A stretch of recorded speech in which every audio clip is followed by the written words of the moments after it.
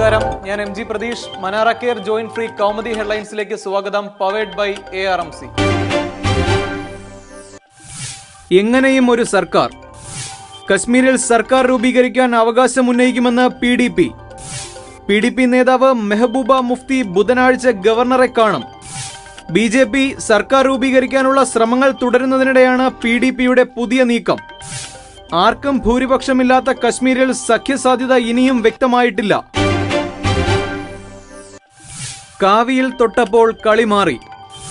അമീർ ഖാന്റെ PK cinema പ്രദർശിപ്പിച്ച തിയേറ്ററുകൾ അടിച്ചു തകർത്തു. ബജ്രംഗ് ദൾ പ്രവർത്തകരുടെ അതിക്രമം അഹമ്മദാബാദിലും ഭോപ്പാലിലും. PK സിനിമ സന്യാസിമാരെ അവഹേളിക്കുന്നുവെന്നും മതവികാരം വ്രണപ്പെടുത്തുന്നുവെന്നും ആരോപണം. സാമൂഹിക വിമർശനം കൈകാര്യം ചെയ്യുന്ന സിനിമയാണ് രാജ്കുമാർ ഹിറാനി സംവിധാനം ചെയ്ത PK. മാണിയെ വിട്ട് മുഖ്യനെ പിടിച്ചു. മുഖ്യമന്ത്രിയുടെ രാജി ആവശ്യപ്പെട്ട് ജനുവരി 5 സെക്രട്ടേറിയറ്റിനു മുന്നിൽ LDF ധർണ. രാജി ആവശ്യം സോളാർ കമ്മീഷൻ ഉമ്മൻചാണ്ടിയെ വിസ്തരിക്കാൻ തീരുമാനിച്ചതിനെ തുടർന്ന് പുനർമതപരിവർത്തനത്തിനെതിരെ സംസ്ഥാന വ്യാപകമായി പ്രചരണം.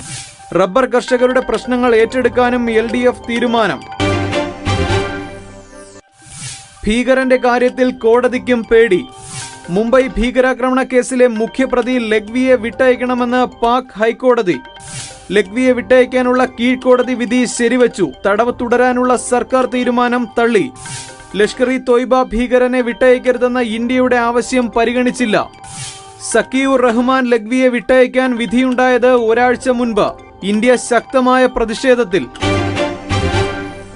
മനാറ care joint free Kaumudi headlines powered by ARMC സമാപിക്കുന്നു. അടുത്ത ഹെഡ്ലൈൻസ് 1 മണിക്കൂറിന് ശേഷം. നമസ്കാരം.